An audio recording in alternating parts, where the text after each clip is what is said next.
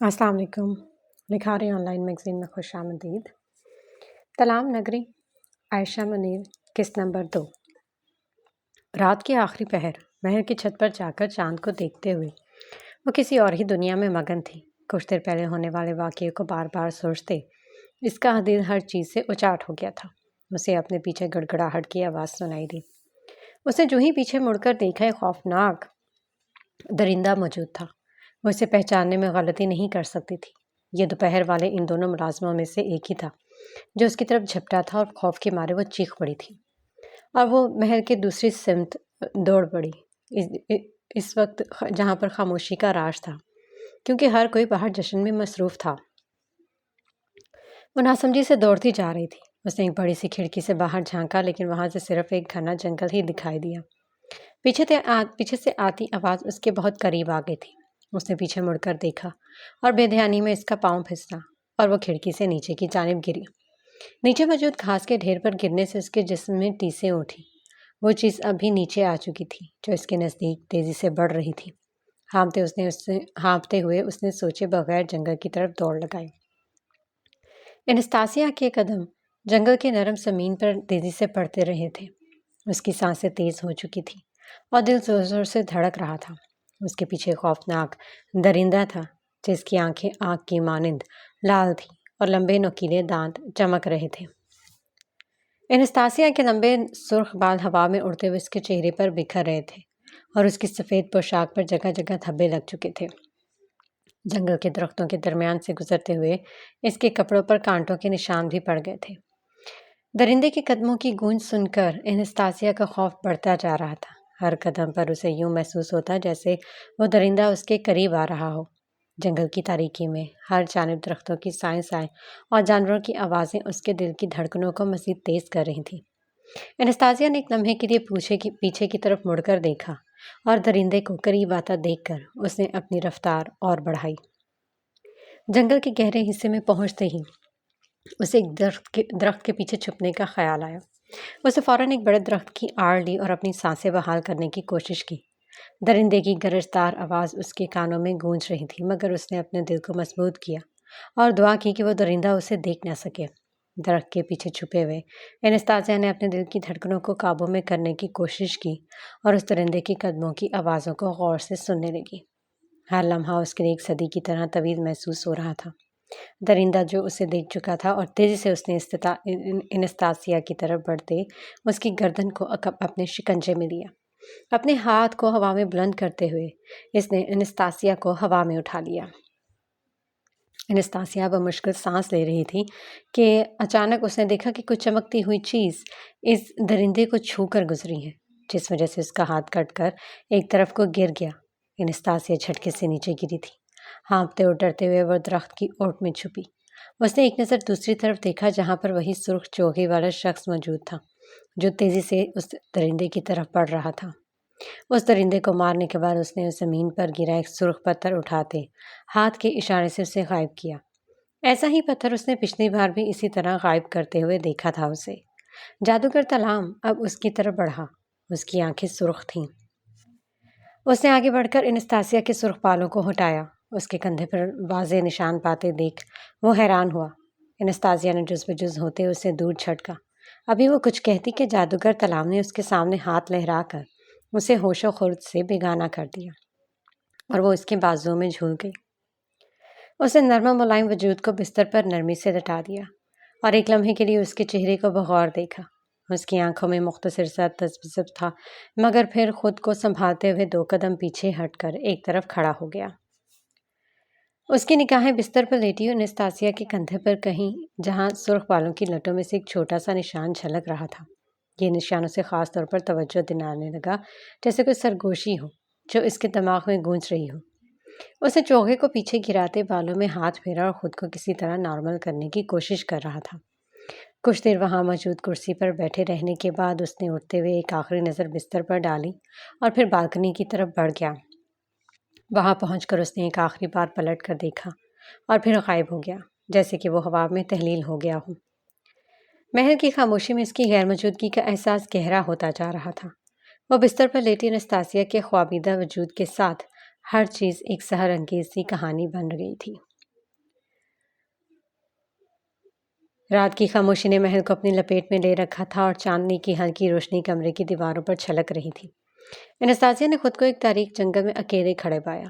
جنگل کے درخت اونچے اور موٹے تھے اور ان کی شاخیں ہوا میں جھول رہی تھیں جیسے کسی نامعلوم طاقت کے زیر اثر ہو۔ ہوا کی سرسراہٹ اور جھاڑیوں کی آوازیں اس کے دل میں خوف پیدا کر رہی تھیں۔ اچانک درختوں کے بیچ سے گہرے سائے کا ہیولا نمودار ہوتا نظر آیا۔ اسے اس کی بس آنکھیں ہی نظر آ رہی تھیں۔ اس کی آنکھیں سرخ انگاروں کی طرح چمک رہی تھیں۔ انستاسیا کی سانسیں تیز ہوئیں اور اس کا دل زور زور سے دھڑکنے لگا۔ وہ بھاگنے کی کوشش کر رہی تھی لیکن اس کے پاؤں زمین سے چپک گئے۔ سایہ قریب آ رہا تھا اور اس کی سرگوشیاں اس کے کانوں میں تیزی سے گونجنے لگی۔ تم یہاں سے کبھی نہیں جا سکتی۔ اسی وقت زمین ہلنے لگی اور انستاسیا کے پیروں کے نیچے دراڑیں بننے لگی۔ وہ خود کو سنبھالنے کی کوشش کرتی کہ زمین اسے نگلنے لگی۔ وہ چیخی، مدد، کوئی ہے؟ مگر اس کی آواز دور دور تک سنائی نہیں دی تھی۔ سایہ اس کے اور قریب آ رہا تھا۔ اس کی شکل اور بھی بھیانک ہو رہی تھی۔ پھر اچانک یہ روشنی کی کرن نمودار ہوئی اور انستاسیا کا خواب ٹوٹ گیا۔ وہ پسینے میں شرابور تیزی سے سانس لیتے ہوئی اپنے محل کے کمرے میں واپس آ گئی۔ کمرہ بدستور پرسکون اور چاندنی سے بھرا ہوا تھا مگر انستاسیا کا دل اب بھی خوف سے لرز رہا تھا۔ اس کے ذہن میں شام کا منظر گھوم گیا۔ جنگل میں سرخ چوکے سے جھانکتی ہوئی سرخ آنکھیں اور وہ عجیب انداز میں زیر لب بڑبڑائی، جادوگر تلام۔ پہاڑوں کے بیچ ایک سنسان غار میں پتھروں کے درمیان روشن آگ کے گرد ایک عجیب و غریب منظر سجا ہوا تھا۔ آگ کی تبش نے درندوں کے اجسام کو سنہری اور متحرک بنایا تھا جو آگ کے گرد نرگس رقص کر رہے تھے۔ ان کے جسموں کی ہر حرکت اور جھلک ایک پرسرار اور وحشیانہ کیفیت کو اجاگر کر رہی تھی۔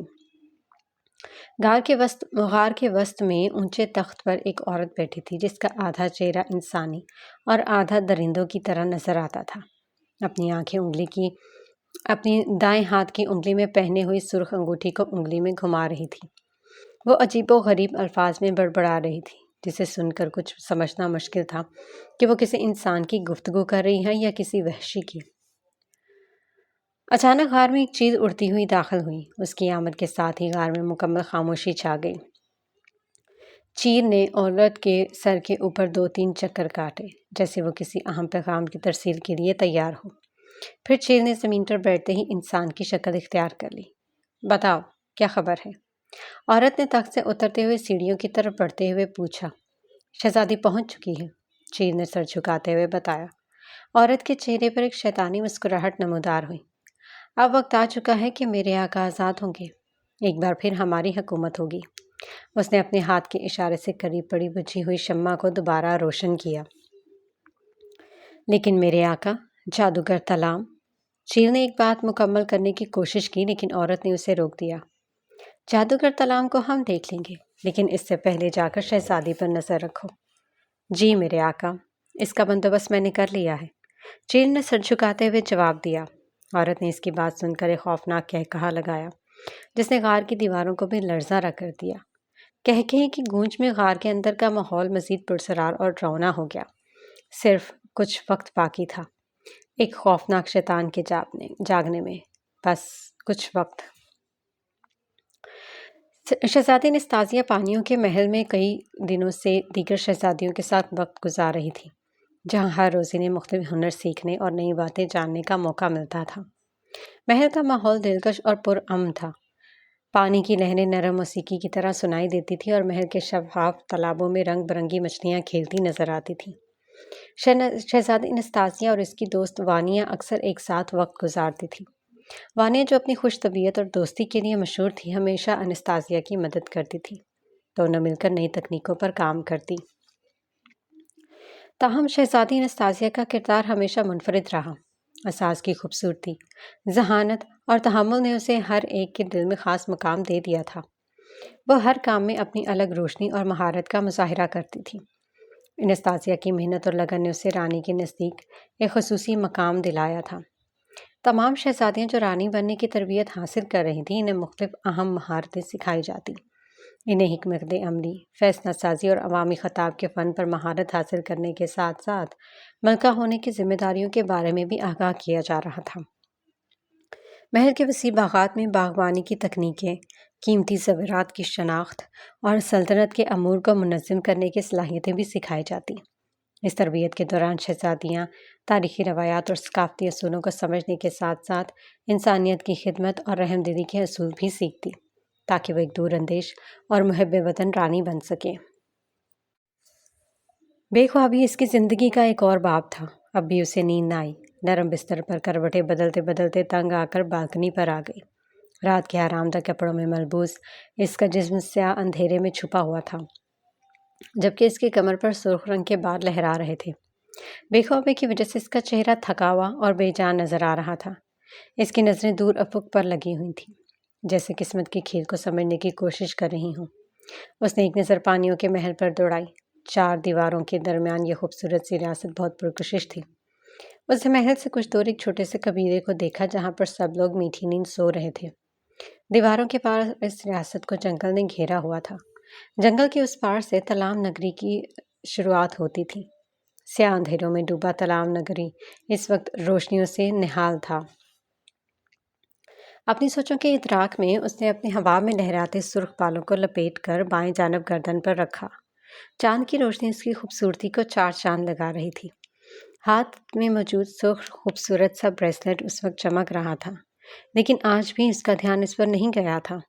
کافی دیر تک وہاں سردی میں کھڑے رہنے کے بعد وہ کمرے میں واپس آ گئی اور بستر پر لیٹ کر سونے کی کوشش کرنے لگی۔ نیند نے آخرکار اس پر مہربانی کر دی اور وہ پرسکون ہو گئی۔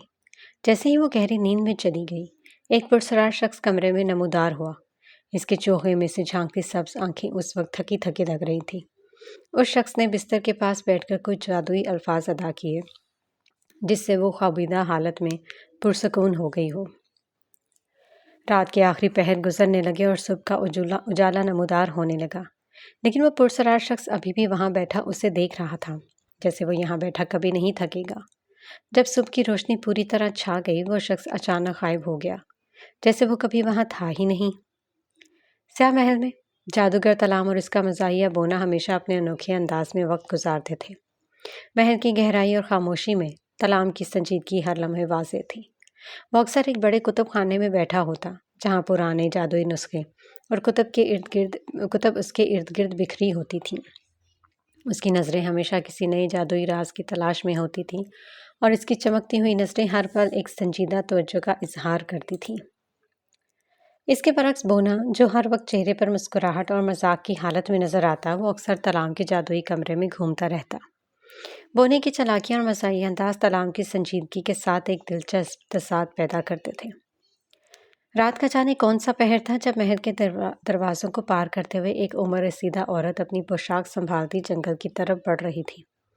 محل سے کافی دور آنے پر وہ ایک گھنے جنگل کے نیچے رک گئی۔ اس کے ہاتھ میں ایک سرخ پوٹلی تھی، جسے کھولتے ہوئے اس نے زیر لب کچھ بڑبڑانا شروع کر دیا۔ اس کی باتوں میں کوئی پرسراریت تھی، جیسے وہ کسی پرانی رسم یا جادو کی زبان میں بول رہی ہو۔ اس نے سرخ پوٹلی ایک گڑھا کھود کر اس میں دفن کر دیا اور اس کے چہرے پر ایک شیطانی مسکراہٹ تھی، جیسے کوئی گہرا راز چھپا ہو۔ اپنا کام مکمل کرتے ہوئے اس نے ارد گرد نظریں دوڑائیں تاکہ دیکھ سکے کہ کہیں کسی نے اسے دیکھا تو نہیں۔ جب اسے یقین ہو گیا کہ کوئی آس پاس نہیں ہے، تو وہ اسی راستے سے واپس جانے لگی جہاں سے آئی تھی۔ ابھی کچھ ہی لمحے گزرے تھے کہ اچانک جنگل میں عجیب و غریب حرکت ہوئی۔ ایک سیاہ سایہ چھلانگ لگاتا ہوا اسی درخت کے نیچے پہنچا جہاں عورت نے وہ سرخ پوٹلی دفن کی تھی۔ اس کے لمبے اور نکینے ناخن تھے، جن سے اس نے ایک ہی جھپٹ میں وہ کھڈا کھول ڈالا۔ اس نے دفن کی ہوئی پوٹلی کو باہر نکالا اور اپنی مٹھی میں دبوچتا وہ سایہ دوبارہ اندھیرے میں غائب ہو گیا۔ اچانک جنگل میں ایک بھیانک چیخ گونجی۔ یہ آواز ایسی تھی کہ دل دہلا دے۔ جنگل کے جانور بھی اس آواز سے خوفزدہ ہو کر خاموش ہو گئے۔ جادوگر تلام اس وقت اپنے قبیلے کے دورے پر تھا۔ ہوا میں تحلیل ہو کر وہ قبیلے کے مختلف مقامات پر کام کرنے والے جادوگروں کو دیکھ رہا تھا۔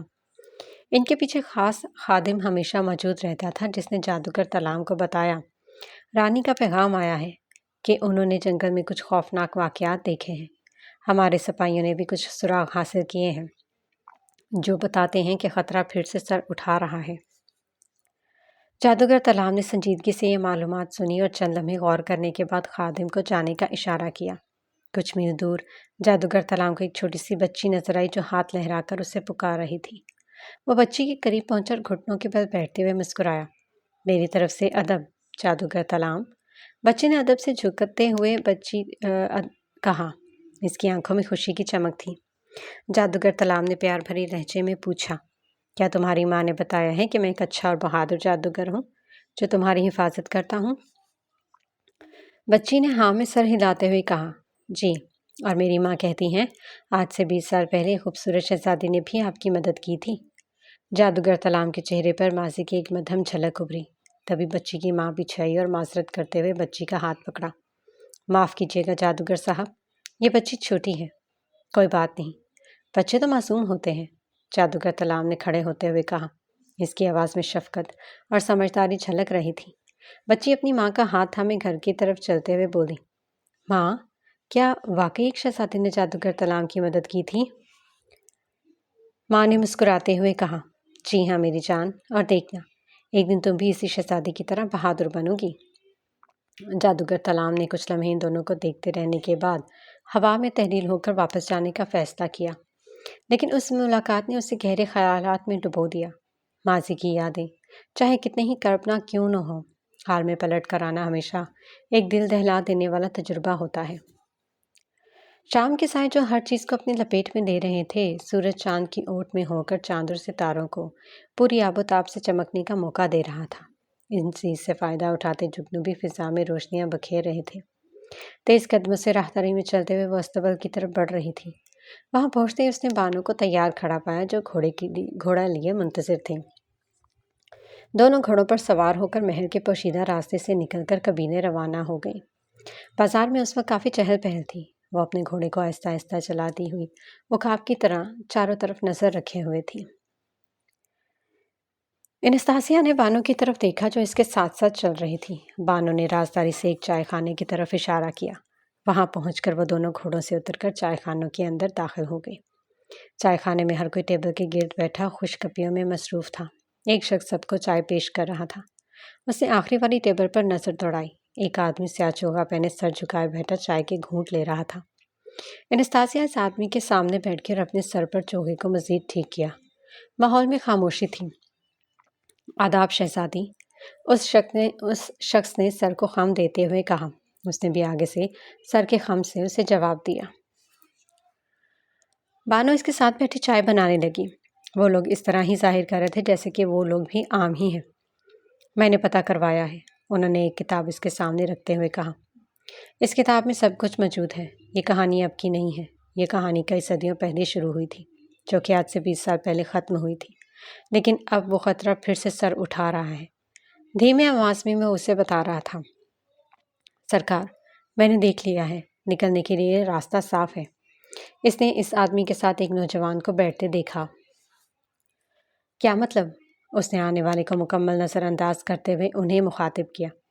بساط کا کھیل شروع ہو چکا ہے اور ہر ایک اپنی چال چلنے کو تیار ہے، لیکن یاد رکھیں اس بساط کی رانی آپ ہیں شہزادی۔ ہر کسی کا کھیل آخرکار آپ تک پہنچے گا اور آپ کو یہ جنگ جیتنی ہے چاہے کچھ بھی ہو۔ زندگی بھی ایک بساط کی مانند ہے جسے سوچ سمجھ کر چلنا ضروری ہے۔ اپنے فیصلے محتاطی سے کریں کیونکہ ہر چال کے پیچھے ایک حکمت پوشیدہ ہوتی ہے۔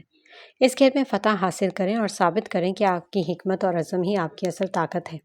وہ انہیں غور سے سن رہی تھی۔ یہ میرا قابل بھروسہ ساتھی ہے، جب تک میں یہاں نہیں ہوں تب تک یہ آپ کی حفاظت کرے گا۔ انہوں نے اسی نوجوان کی طرف اشارہ کرتے ہوئے کہا جو کچھ دیر پہلے وہاں آ کر بیٹھا تھا اور اب ان لوگوں سے بیگانہ بیٹھا چائے کی چسکیاں لگا رہا تھا۔ ان کی بات پر وہ بھڑبڑاتے ہوئے ان کی طرف مڑا۔ کیا میں؟ چائے کا کپ ٹیبل پر رکھتا اس نے خود کی طرف اشارہ کیا۔ ہاں، میرے پاس وقت نہیں ہے اور میں تم پر بھروسہ کر سکتا ہوں۔ انہوں نے کھڑے ہوتے اس کے کندھے پر تھپ تھپایا اور انستاسیا کو آداب کرتے وہ چائے خانہ سے نکل گئے۔ اس نوجوان نے ایک نظر انستاسیا کو دیکھا جو کاٹدار نظروں سے اسے دیکھتے اٹھی اور باہر کی طرف بڑھی۔ وہ بھی منہ میں کچھ بڑبڑاتا ان کے پیچھے بڑھا۔ سیاہ محل کا کمرہ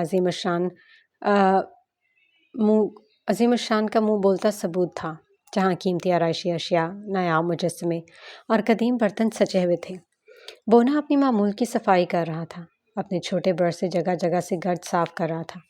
چھوٹے بونے کا حلیہ کچھ یوں تھا۔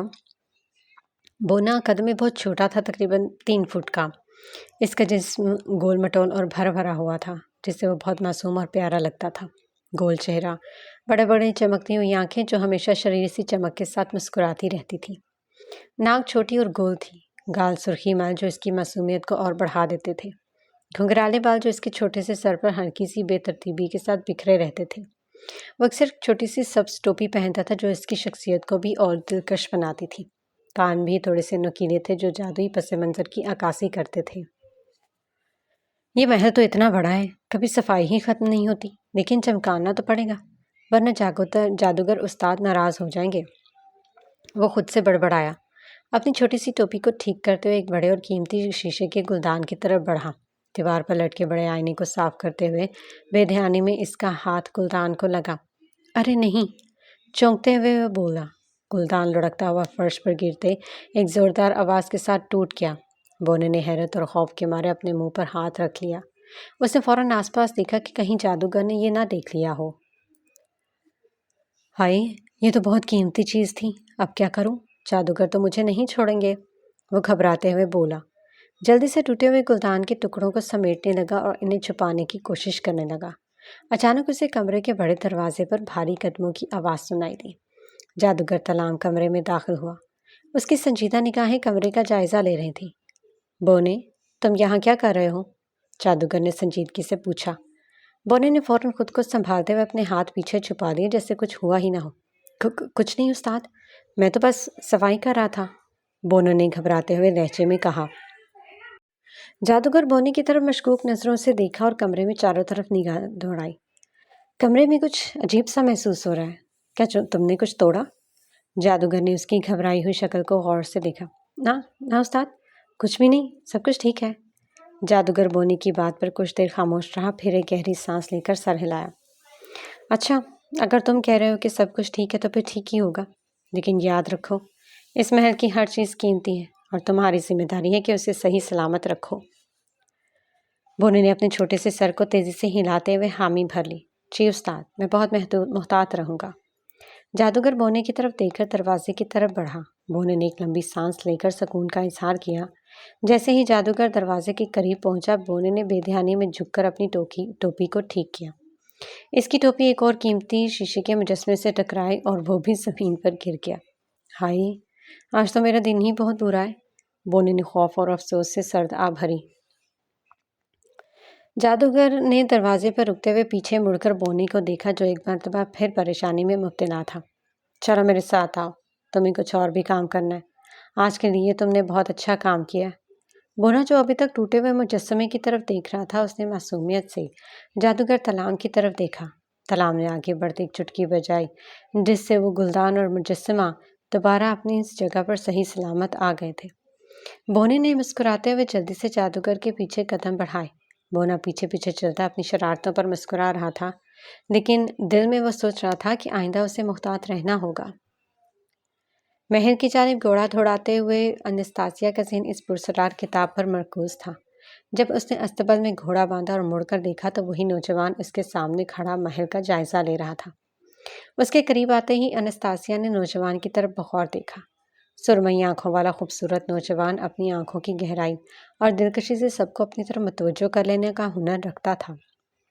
اس کی آنکھیں ایک نرم چمک سے بھری ہوئی تھیں۔ اس کا چہرہ خوبصورتی اور وقار کی مثال تھا۔ وہ کثرتی جسم کا مالک گندمی رنگت، سیاہ آنکھیں اور ماتھے پر بکھرے ہوئے سیاہ بال جو اس کی آنکھوں پر گر رہے تھے۔ اس نوجوان کی سرمئی آنکھیں نہ صرف اسے خوبصورت بنا رہی تھیں بلکہ اس کی شخصیت میں بھی اضافہ کر رہی تھیں۔ نام کیا ہے تمہارا؟ انستاسیا نے اس سے سوال کیا۔ اکوت بن ہشام، نوجوان نے انستاسیا کے مغرور انداز کو محسوس کرتے ہوئے کہا۔ ٹھیک ہے، میں محل میں تمہارے قیام کا انتظام کرتی ہوں، انستاسیا نے دھیمے لہجے میں جواب دیا۔ یہ کہہ کر وہ بانو کی طرف بڑھی۔ تھوڑی دیر بعد بانو اکوت کے پاس آئی۔ اپنی مغرور شہزادی سے کہہ دینا اکوت بن ہشام کہیں یہاں وہاں نہیں رہے گا۔ وہ اس وقت بہت غصے میں تھا۔ اسے اپنا ضروری کام نپٹانا تھا، لیکن قسمت اسے اس قید نما محل میں لے آئی تھی۔ شہزادی نے کہا ہے کہ آج رات کا انتظام ہو گیا ہے، باقی کل بات کریں گے۔ اکوت نے ایک نظر انستاسیا کی طرف دیکھا جو محل کی جانب بڑھ رہی تھی۔ وہ بانو کی بات سن کر سر ہلا گیا۔ اکوت نے دل میں سوچا کہ محل اور اس کی شہزادی دونوں ہی کچھ خاص ہیں۔ اس کے دل میں ایک عجیب سا تجسس پیدا ہوا کہ اس پراسرار شہزادی کے بارے میں مزید جاننے کی کوشش کریں۔ دوسری جانب انستاسیا کے دل میں بھی کچھ سوالات جنم لے رہے تھے۔ اس کے ذہن میں کتاب ایک پہیلی بن گئے تھے جس کا حل وہ جلد از جلد جاننا چاہتی تھی۔ کیا انستاسیا اور قوت کی ملاقات کا کوئی خاص مقصد تھا؟ کیا اس پرسرار کتاب اور قوت کا آپس میں کوئی تعلق تھا؟ 20 سال پہلے ایسا کیا ہوا تھا؟ یہ سوالات انستاسیا کے ذہن میں گردش کر رہے تھے، جس کا جواب وقت کے ساتھ ہی اسے مل سکتا تھا۔ ابھی وہ راہداری میں کچھ قدم ہی چلی تھی کہ اچانک اس کی آنکھوں کے سامنے اندھیرا چھا گیا۔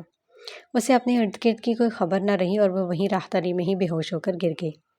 اس کے کندھے پر موجود نشان اب سرخ انگارے کی مانند چمک رہا تھا۔ اس کی کلائی پر پہنا ہوا سرخ بریسلٹ بھی تیزی سے چمکنے کے بعد مدھم پڑنے لگا۔ یہ سرخ روشنی آہستہ آہستہ سیاہ رنگ میں تبدیل ہونے لگی، جیسے کسی چیز کی زندگی ختم ہو رہی ہو۔ اندھیرے میں بے ہوشی کے عالم میں کسی انجام خوف کے زیر اثر تھی۔ ایسے لگتا تھا جیسے کوئی قدیم اور پرسرار طاقت اسے اپنی طرح گرفت میں لے رہی ہو۔ اس کے دل کی دھڑکن تیز ہو گئی، لیکن وہ کچھ بھی کرنے سے قاصر تھی۔ اس کے ارد گرد کا ماحول سرد اور بے جان محسوس ہونے لگا۔ کمرے کے باہر ہوا میں عجیب سی سرسراہٹ ہونے لگی، جیسے کوئی سرگوشی کر رہا ہو۔ بریسلٹ کی سیاہی اس کے ہاتھ میں پھیلنے لگی اور وہ اس سرد اور پرسرار تاریکی میں ڈوبتی جا رہی تھی۔ کیا یہ کسی طاقت کا خاتمہ تھا یا پرسرار شے کا آغاز؟ اندھیرے میں کھڑی وہ کسی کی تلاش میں تھی یا شاید روشنی کی؟ ادھر سے ادھر بھاگتے ہوئے اسے صرف اندھیرا ہی اندھیرا نظر آ رہا تھا۔ اسے ایسا لگ رہا تھا کہ اگر ابھی اسے روشنی نہ ملی تو اس کا سانس بند ہو جائے گا۔ تھک ہار کر وہ زمین پر بیٹھ گئی۔ گھٹنوں میں منہ دیے وہ سسکیوں سے رونے لگی۔ اچانک اسے محسوس ہوا کہ وہ کسی کھائی میں گرتی جا رہی ہے۔ اسے بے اختیار ہاتھ کسی شے کو پکڑنے کے لیے بلند کیا۔ اچانک اس کی آنکھیں کھل گئیں۔ اس نے گہرے اور لمبے سانس لیے، فوراً اٹھ کر پانی کا گلاس منہ سے لگا کر ایک ہی سانس میں پی گئے۔ اس کی نظریں سامنے اٹھی اور وہیں پر ہی ساکت رہ گئی۔ جادوگر تلام سامنے کرسی پر ٹانگ جمائے ایک ہاتھ ٹھوڑی پر رکھے اسے ہی دیکھ رہا تھا۔ کچھ لمحوں کے لیے وقت تھم گیا۔ باہر چلتی سرد ہوا بھی ٹھہر گئی۔ شاید ساری دنیا ہی ٹھہر گئی تھی ان دونوں کے لیے۔ سبز آنکھوں نے نیلی آنکھوں کو بڑی غور سے دیکھا۔ نیلی آنکھیں ساکت تھیں۔ ان آنکھوں میں نہ جانے کیا کچھ تھا، خوف، ڈر، تجسس۔ نیلی آنکھوں نے بھی سبز آنکھوں کو بڑی غور سے دیکھا تھا۔ سبز آنکھیں ایسی تھی جیسے اس نے کسی صدیوں کا سفر طے کیا ہو، اور جو کچھ ان آنکھوں میں تھا اسے پڑھا نہ گیا، شاید وہ خود بھی پڑھنا نہ چاہتی تھی۔ نیلی آنکھوں نے نظریں جھکائیں اور یکدم وقت پھر سے اپنی ڈگر پر چلنا شروع ہو گیا۔ ہوائیں اسی انداز میں رواں ہوئیں اور ساری دنیا کا نظام پھر سے ویسا ہی ہو گیا۔ جادوگر تلام اٹھتا ہوا اس تک آیا۔ یکدم پھر انستاسیا کو اپنے کندھے پر جلن کا احساس ہوا۔ وہ اب کی بار کراہی تھی۔ جادوگر تلام نے آگے بڑھتے ہوئے اس کے بازو کو تھام کر کندھے کا جائزہ لیا۔ درد سے کراہتے ہوئے نڈھال ہو رہی تھی۔ کچھ پڑھتے ہوئے اس نے اس پر پھونکا۔ انستاسیا کو اس کی زبان بالکل بھی سمجھ نہ آئی تھی۔ شاید اس نے کوئی جادوئی کلام پڑھے تھے، لیکن اسے ایسا محسوس ہوا جیسے کسی نے آگ پر برف رکھ دی ہو۔ جادوگر تلام نے اس کا ہاتھ تھاما جس میں وہ بریسلٹ سیاہ ہو چکا تھا۔ اس پر حصار اور مضبوط کرتے اس نے اس کا ہاتھ چھوڑا جس میں اب اس بریسلٹ کی جگہ سرخ اور سیاہ خوبصورت سا کڑا موجود تھا۔ انستاسیا کی ریشمی سرخ بالوں سے اٹھنے والی خوشبو کی وجہ سے اسے سانس لینے میں دقت ہو رہی تھی۔ اس کے نازک وجود کو دوبارہ بستر پر لٹاتے ہوئے پیچھے کو ہو کر بیٹھا اور نظریں اس کے چہرے پر مرکوز کی۔ اس کی سرخ و سفید رنگت اس وقت زرد ہو رہی تھی۔ چہرے کے اطراف میں سرخ بال پھیلے ہوئے تھے۔ اس پر کمبل برابر کرتے ہوئے وہ اٹھا ہی تھا کہ اس نے مدھم مدھم آنکھیں کھولی۔ کون ہو تم؟ کیوں میرے پیچھے پڑے ہو؟ اور یہ سب میرے ساتھ کیا ہو رہا ہے؟ اس نے دھیمی آواز میں اس سے سوال کیا۔ تبھی جادوگر تلام کو اپنے کانوں میں آواز گونجتی ہوئی سنائی دی، جو اسے واپس قبیلے آنے کا پیغام دے رہی تھی، جسے وہ اس وقت نظر انداز نہیں کر سکتا تھا۔ ابھی میرے پاس وقت نہیں، لیکن میں تمہارے سوالوں کا جواب ضرور دوں گا۔ لیکن شہزادی، آپ کچھ دن محل سے باہر نہیں نکلیں گی، اسے وہ سمجھاتے ہوئے بولا۔ انستاسیا نے غائب دماغی سے اسمات میں سر ہلایا اور سن ہوتے دماغ کے ساتھ آنکھیں موند لیں۔ جادوگر تلام اپنا چوغا سر پر برابر کرتے کمرے سے غائب ہو گیا۔ کیا موڑ لے گی یہ کہانی؟ یہ تو اب تک کسی کو معلوم نہ تھا، لیکن بساط کی پہلی چال چل چکی تھی۔ جادوگر کے محل کا کتب خانہ بہت بڑا اور پرانا تھا، جہاں دیواروں تک کتابوں کی الماریاں سجی ہوئی تھیں۔ ان کتابوں میں ہزاروں سالوں کی جادوئی علوم چھپے ہوئے تھے۔ صبح کی روشنی کھڑکیوں سے اندر آ رہی تھی اور بونا چھوٹے چھوٹے سے برش سے کتابوں پر سے گرد ہٹا رہا تھا۔ یہ کتابیں تو بہت بھاری ہیں اور ان پر گرد بھی اتنی ہے۔ مجھے لگتا ہے جادوگر بس مجھے صفائی کے لیے ہی رکھتا ہے۔ بونا صفائی کرتے کرتے تھک کر ایک بڑی الماری کے قریب سامنے رکھے تخت پر بیٹھ گیا۔ اس نے ایک کتاب اٹھائی جس کا عنوان تھا ایک جادوئی داستان۔ واہ، یہ تو بڑی دلچسپ کتاب لگتی ہے۔ دیکھتا ہوں، شاید اس میں کوئی شہزادے کے بارے میں لکھا ہو۔ وہ کتاب کھول کر مطالعہ کرنے لگے۔ جیسے جیسے بونا کتاب کے صفحے پلٹتا گیا، اس کے چہرے پر دلچسپی اور خوشی کے آثار نمایاں ہوتے جا رہے تھے۔ کیا خوبصورت کہانی ہے! وہ اور شہزادی کتنی خوبصورت ہوگی، لیکن جادوگر وہ بھی تو کبھی مجھے کسی شہزادے سے نہیں ملواتے۔